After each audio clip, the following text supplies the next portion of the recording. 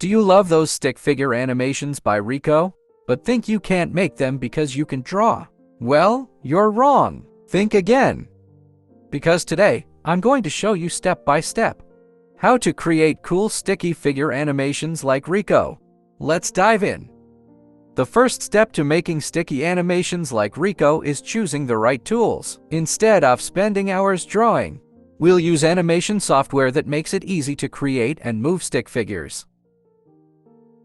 For this tutorial, we'll be using 5 main tools, which are 1. ChatGPT. We'll use ChatGPT to help you brainstorm your animation script and generate the actions your characters will take. This will save you time in coming up with ideas. 2. 11 Labs. 11 Labs will be used for creating voiceovers for your stick figure animation. You can turn your written script into realistic AI-generated voices without having to record them yourself.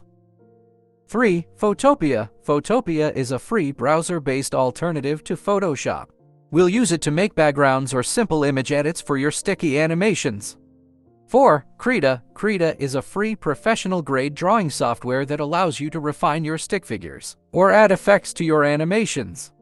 Sticknodes. Sticknodes is a free and user-friendly app available on both mobile and desktop. It comes with a ton of pre-made stick figures and is great for animating without any drawing. One of the best ways to speed up your animation process is by using ChatGPT to generate ideas for your animation. Here's how. Open ChatGPT and create a script. Start by asking ChatGPT to help you create a short, action-packed animation script. For example, you can ask it to come up with a fight scene, parkour, or any scenario you'd like your stick figures to act out.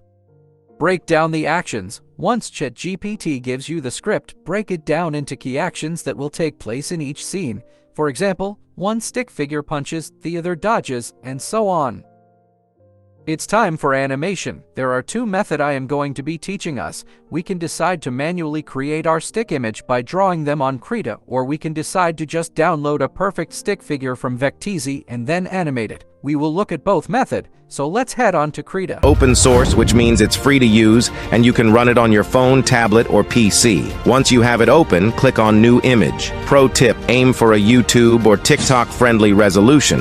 For me, I'll go with this option and then click Create. Now, this is how the interface looks. You can reduce the size here if you want to make things more manageable. You'll find your brush tool and a ton of options to choose from. Let's say we pick this one. Here's what we have. You can adjust the size to make it bigger or smaller by changing the settings here. Since panel is visible. If it's not showing up, just activate it from the settings menu under Deckers with the head using the circle tool.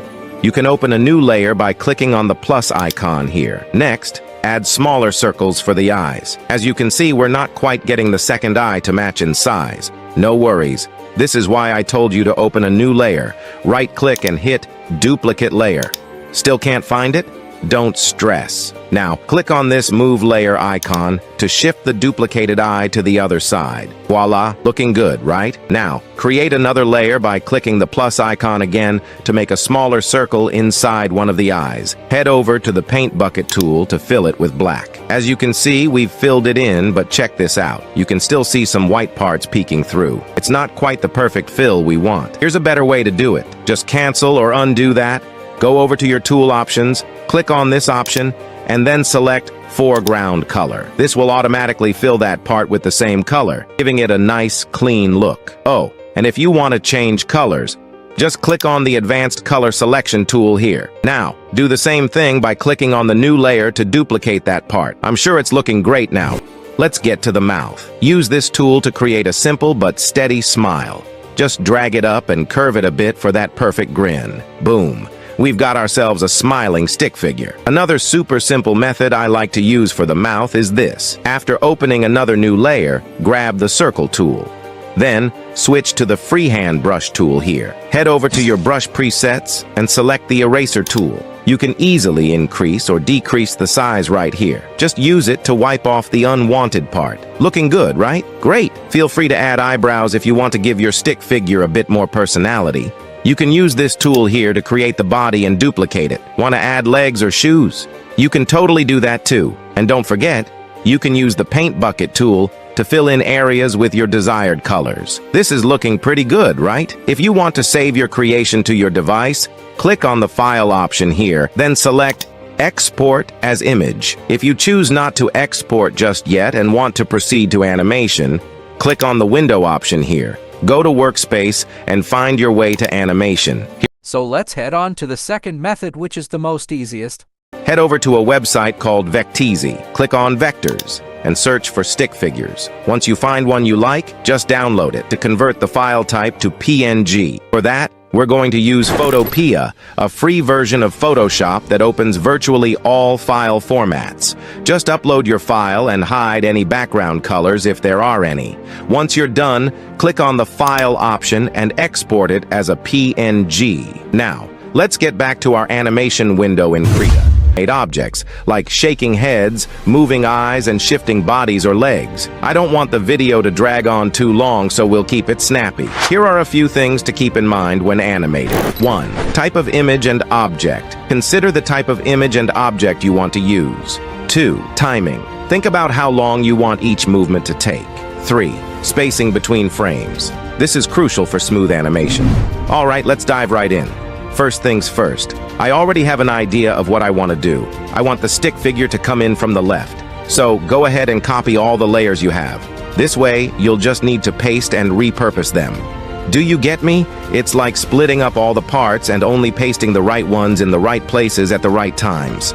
Got it? Now erase every other part or layer individually. After you have dragged the head and the eyes to where you want the animation to start from, you can click here to create a blank frame. As you can see, something pops up. You can use that onion skin assistance. It helps a lot, but can be a bit overwhelming. It allows you to see your previous and new frames.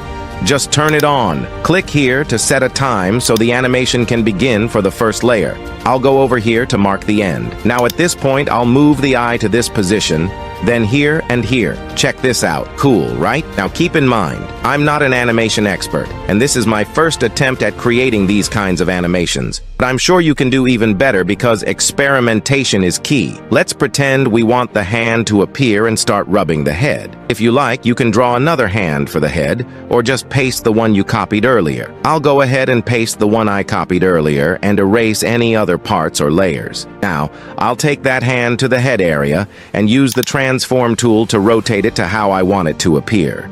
Next, I'll create another blank frame here and turn on the onion feature again. I'll start the animation and stop it here. At this point, I'll start moving the hand. I'll make use of the transform and move layer tool right here. Do you see what we've got? If you're enjoying the video, kindly give it a like and hit that subscribe button to keep getting more AI tips and trends. Now, I just have to do the same for the body and all the other parts I want to animate. Take note, if you want to increase your animation time, just click over here. You can also add sound by clicking here, but I prefer to do that in CapCut after rendering, along with adding lip movement. Once you're done, click on File, then Render Animation. Make sure to export it as a video. Click here to render it as an MPEG-4 video.